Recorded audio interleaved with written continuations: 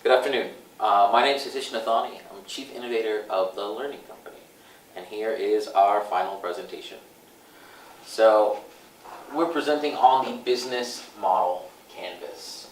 Well, the business model canvas is a succinct way to kind of develop a business without spending time writing a business plan. It's a really good way to see kind of who all the players are and what all the resources required are to operate your business. So the first thing we're going to talk about is customer segments. Okay? So customer segments are groups that your organization serves. This is who your customers are. Now, everyone wants to say, hey, everybody's my customer segment, but that's not true. Your customer segment needs to be targeted and focused on people you'll actually be serving. So for the Learning Company, we've just determined that our customer segments are the Alamo College District, which is who we work for, large corporations that are seeking talent in the San Antonio area, the San Antonio Economic Development organizations that are interested in economic development, and our entrepreneurial ecosystem. So these are our customer segments. Well, great. So what are we offering these customer segments? We have two value propositions.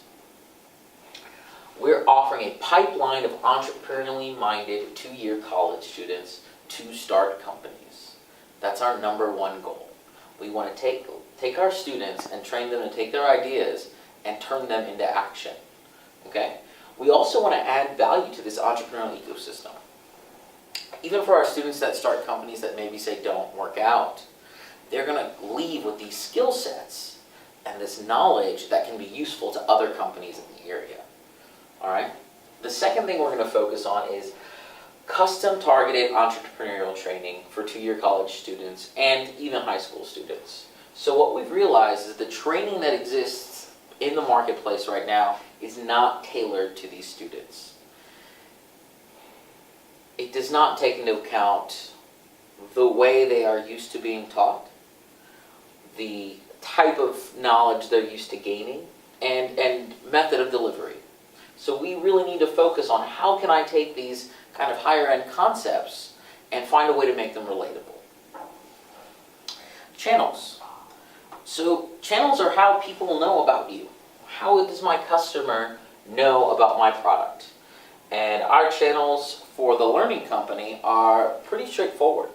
We're going to reach our customers through an online presence, which is basically a website and social media. We're working on getting a visible presence at incubators in town. We've moved our location to be hosted at one of these incubators, and we also regularly attend events at other incubators in town.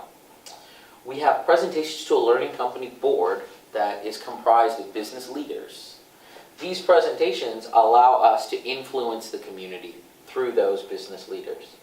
We're launching a fairly traditional PR campaign, flyers, a little bit of TV, a little bit of print. And lastly, we are building out this learning management community. It's an LMS community. So we're building it out over here as one of our key activities, but it's also a channel, because once you're part of the community, you can add others to this community, which is a way to increase our audience. Next on our list is customer relationships. So customer relationships describe how customers are going to interact with my company. Okay? Determining these relationships, I think, is one of the more challenging things to do on the business model canvas, because it's hard to recognize how a customer would interact with my product specifically. For the Learning Company, we want to reach our large corporation customers through these personal relationships. So we've got these relationships, we're going to be in the same physical space. So it's a lot of one-on-one. We're going to meet at these incubators. We're going to meet in person. Okay? We're also going to maintain this relationship in a community environment. This is our learning management system. By adding all the key players to this system, this is a great way for us to keep a relationship. It's also fairly efficient because the learning management system has an app that you're able to access on your phone. So the next thing we're going to talk about is revenue streams. Now, traditionally revenue streams are just basically how you're going to get money from your customers. It could be something like retail sales, storefront, online, subscription, Now, with the Learning Company, it's a little interesting because the Learning Company is primarily a not-for-profit endeavor. So we're getting a lot of our funding through the Alamo Colleges District, which has generously sponsored this program. They built out the Learning Company, so they're providing an allocation. We are also looking at generating alternate revenue through continuing education courses, grants, governmental and nonprofit partnerships, and tentatively, and these are ideas that we're batting around, but I'm not a big fan of, is charging fees for our student teams and charging fees if our students get hired at startups. One of the big missions of the Learning Company is that it's democratizing entrepreneurship. So by charging a fee, that increases the barrier of entry. And one thing we want to do is make this available for everybody. So that's why it's kind of under the tentative category. Next on our list is the key resources. So resources are what we need to do everything that's been mentioned so far. So these are all the things that we need to do all the stuff we've talked about. So our key resources can be broken down into physical, human capital, intellectual, and financial. Under physical, we've got space allocated from the Alamo College District, and we've also got a physical space at one of the tech incubators, Geekdom, in town. Under human capital, we've got subject matter experts. So this is the faculty members that are going to participate in a mentorship program to help our students succeed. We've got instructional designers, and we've got our Learning Company board.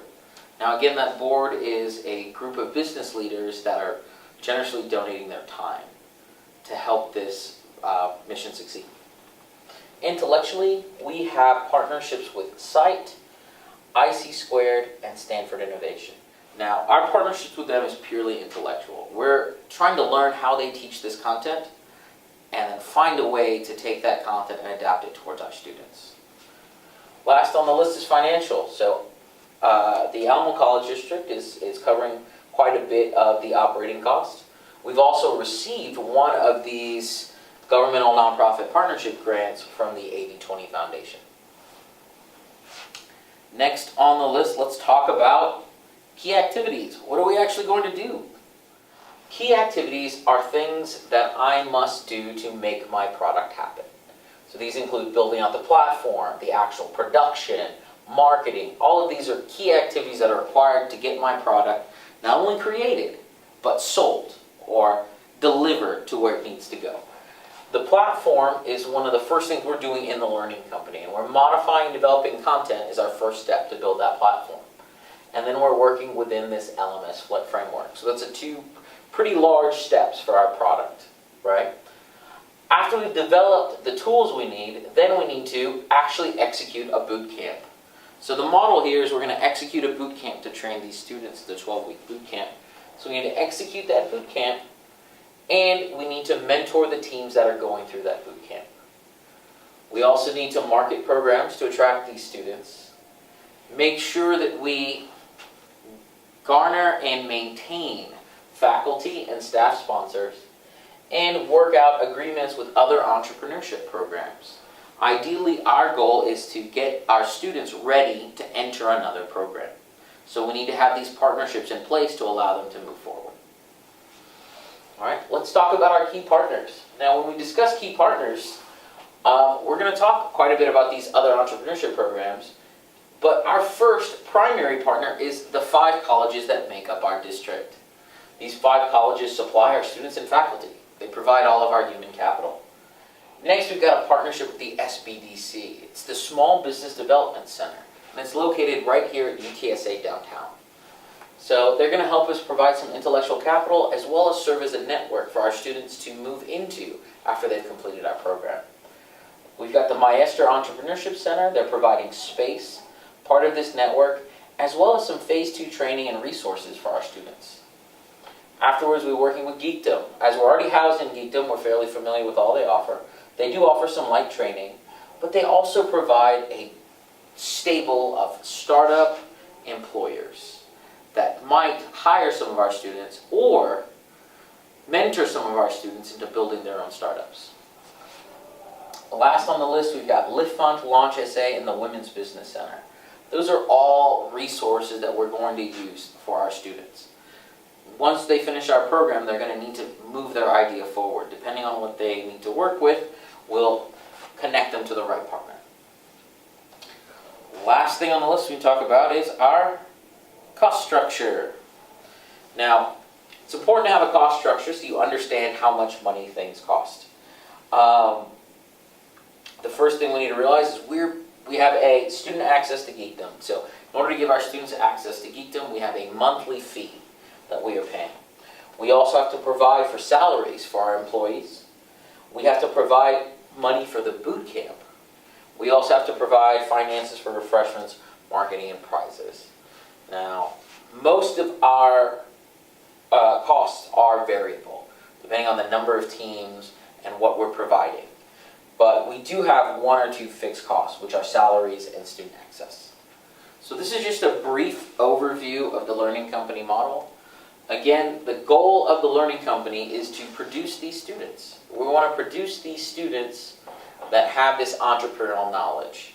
And the reason why is just, even if their companies don't pan out, the fact that they started a company gives them all of these skills, right? It gives these students these skills that they can use in any other phase of their life.